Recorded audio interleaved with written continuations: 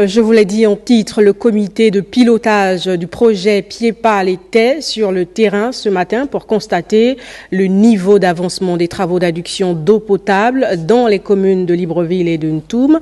Le constat, les travaux ont considérablement avancé. Le château d'eau de Ntoum sera livré cette fin de mois et le quartier dit derrière l'école normale peut désormais s'approvisionner en eau potable. On fait le point avec Betty Nzembe et Ludovic.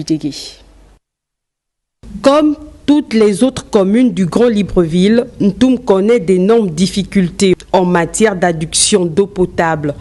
Fort heureusement, grâce à la construction de ce château d'eau, l'absence du précieux liquide dans les ménages sera bientôt un lointain souvenir. Cette réalisation rentre dans le cadre du projet Pied-Pal, d'où la descente de terrain du comité de pilotage pour constater le niveau d'avancement des travaux. Les travaux sont prêts, ça fait 1 an et demi qu'on travaille sur ce château d'eau. Donc nous avons pratiquement terminé depuis 2 mois et demi, mais nous avons constaté quelques améliorations qui étaient nécessaires pour que l'ouvrage puisse être réceptionné à la fin du mois de juillet. À Bikele, l'entreprise dit être à 60% de la réalisation des travaux. Elle prévoit livrer le château d'eau dans quelques mois. Nous sommes à 60% sur l'avancée des travaux et il nous reste 40%, donc sensiblement égal à 4 mois.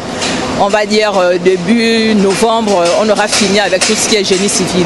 On rencontre des difficultés telles que les intempéries, on a aussi des problèmes techniques avec les appareils, mais sinon, en gros, ça va, le chantier avance pas mal.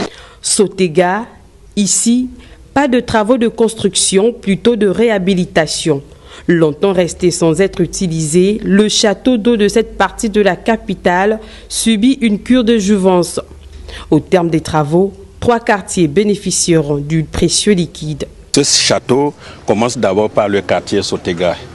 Et après le quartier Sotega, ça couvre jusqu'à le quartier Nkembo, ça peut aller même vers la gare routière. Donc il y a 3 quartiers importants que ce château pourra bien alimenter. Construite pour alimenter le réservoir d'eau de la cité de la Caisse, qui a une contenance de 10 000 mètres cubes, la station de pompage d'eau potable du PK5 est en phase d'essai avant de définitivement envoyer l'eau dans les foyers. Au PK5, nous avons déjà terminé la première phase de contrôle des pompes et nous allons procéder d'ici là, à partir de lundi, l'autre phase de contrôle de la station. Quelques quartiers ont déjà basculé sur les nouvelles installations. Ils ont désormais l'eau potable. Cette descente de terrain est en prélude au programme de la 8e session ordinaire du comité de pilotage du Pied-Pal.